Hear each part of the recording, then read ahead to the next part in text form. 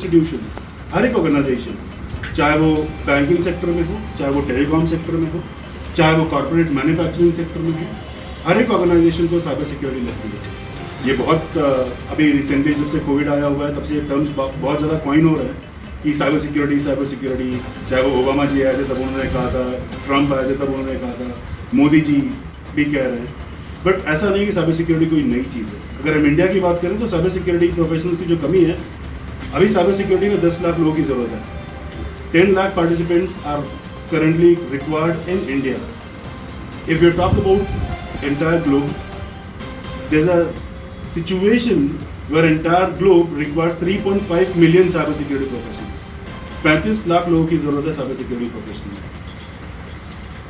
अगर मैं एग्जांपल देना चाहूँ आपको और बताना चाहूँ कि साइबर सिक्योरिटी कितनी ज़रूरी या कितनी इंपॉर्टेंट है फॉर एनी कंट्री और for the entire globe, you can consider world war 1, world war 2 क्या था। हमने वेपन्स इस्तेमाल किए, बम इस्तेमाल किए, गोला बारूद इस्तेमाल किए, राइट। व्हाट इज कोविड-19 जो पिछले 1.5 साल से 2 साल से हम झेल रहे हैं?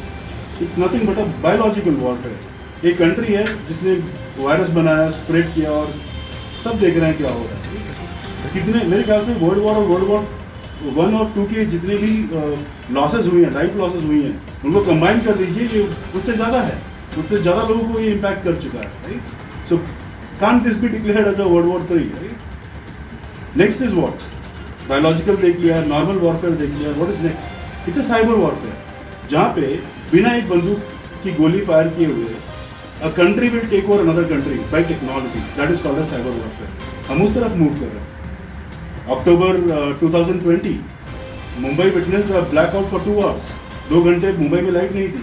मुंबई जो इकोनॉमिकल कैपिटल है इंडिया का, 2 घंटे लाइट नहीं है उसमें।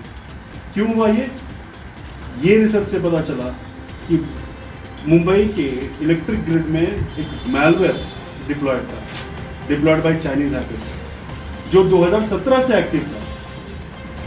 उस मैलवेयर ने 2017 से 2020 कुछ नहीं किया। हम इसको जीरो डे कहते हैं। हैकर किसी चीज को हैक करके वहां पे अपनी प्रेजेंस छोड़ देता है और वन फाइन डे वो हैकर डिसाइड करता है कि अब मुझे सबक सिखाना है। And that entire blackout in Mumbai was result of China trying to show their muscle power in terms of technology. वो अगर चाहते तो पूरा ग्रिड मेल्ट डाउन कर सकते थे, लेकिन उन्होंने 2 घंटे में एक्टिवेट करके ब्लैकआउट करके छोड़ दिया। This is what is a warning to India. This is what is the warning to the countries and the globe from China that we are powerful, what we are doing. Look at India, what it is doing. 10 lakh लोग corporate नौकरी के लिए चाहिए। अगर इस तरह कोई incident country पे होता है, can we fight together? No, we don't have resources.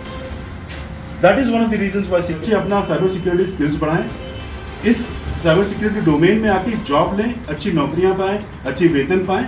साथ ही साथ इस क्लब का पार्टिसिपेंट होने के नाते जब कभी कि हमारे देश को साइबर सिक्योरिटी प्रोफेशनल्स की जरूरत पड़ेगी, cyber defence brigade club which is part of secure IT will always be there to defend nation against cyber crime.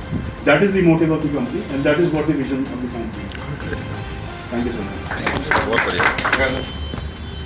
और मीडिया से सदारे हुए सभी पत्रकारगण और साथियों, साथ ही मेरे पास आलोक त्रिपाठी साहब विराजमान है। आज जिस विषय वस्तु पर हम बात करने के लिए जा रहे हैं और आप उस कंपनी के संस्थापक हैं, सबसे पहले आपको मैं धन्यवाद दूंगा कि आपने वर्तमान स्थिति और परिस्थितियों में जो सबसे बड़ा विषय वस्तु है जो हमारे देश के सामने हर तरीके से चुनौतीपूर्ण है, साइबर क्राइम, इसको चुना, उसके लिए मैं आपको धन्यवाद दूंगा।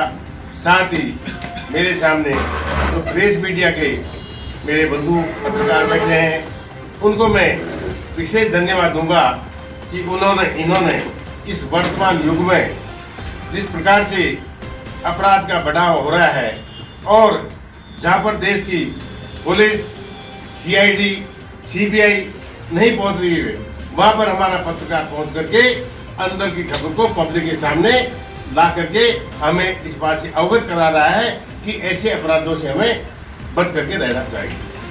जैसा कि वर्ष 2020 का आंकड़ा हमारे सामने है, पूरे देश में 50,095 के लगभग साइबर क्राइम के मुकदमे दर्ज हुए हैं। इसके साथ ही 780 मुकदमे ऐसे हैं जो मीडिया के थ्रू फर्जी तरीके से दर्ज हुए हैं। वर्ष 2019 की बजाय वर्ष 2020 में साइबर क्राइम अपराध 11.8% के हिसाब से बढ़ा है। हमारे देश में जो साइबर क्राइम का अपराध हो रहा है वो प्रति लाख की 3.7% आबादी के साथ में ये घटनाएं घटित हो रही है। और वर्ष 2019 की बजाय 2020 में 60.20 के लगभग जो क्राइम बढ़ा है वो ऑनलाइन खरीदारी के हिसाब से, बैंकिंग के व्यवस्था के हिसाब से, क्योंकि तकनीकी मामला है। तो इस चुनौतीपूर्ण विषय को त्रिपाठी साहब ने चुना और हमारे साथी मनीष जी ने इस मामले में जो कार्य प्रारंभ किया।